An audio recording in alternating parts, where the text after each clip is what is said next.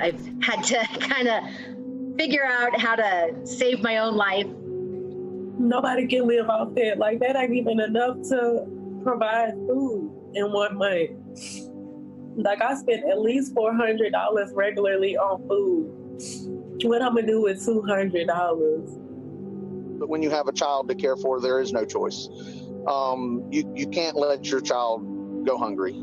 You can't let your child, here in South Georgia, we have 100-degree heat. You can't let your child be that hot. You have to have electricity. You have to have food. You have to have a house. We wanted to see how important these emergency benefits are to people around the country, so we got in touch with a few recipients.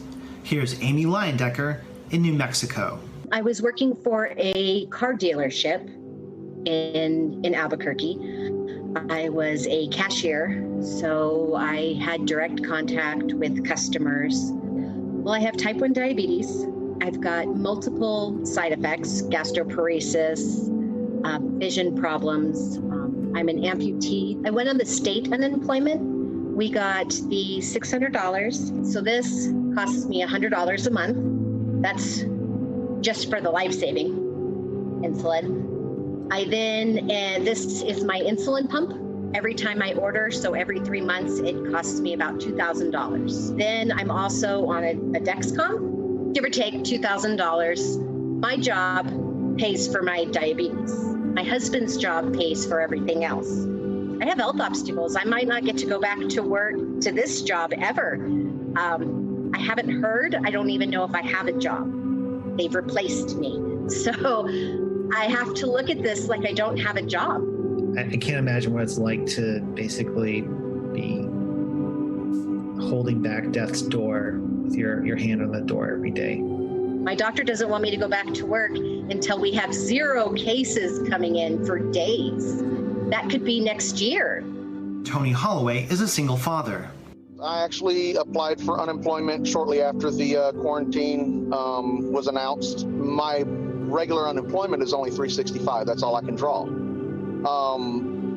With everything, bills, my kid, work, I still have to pay for insurance and all this. $365 a week will not suffice to pay the bills. So I'm coming back out and trying to find a way to make the money that I need to make to survive.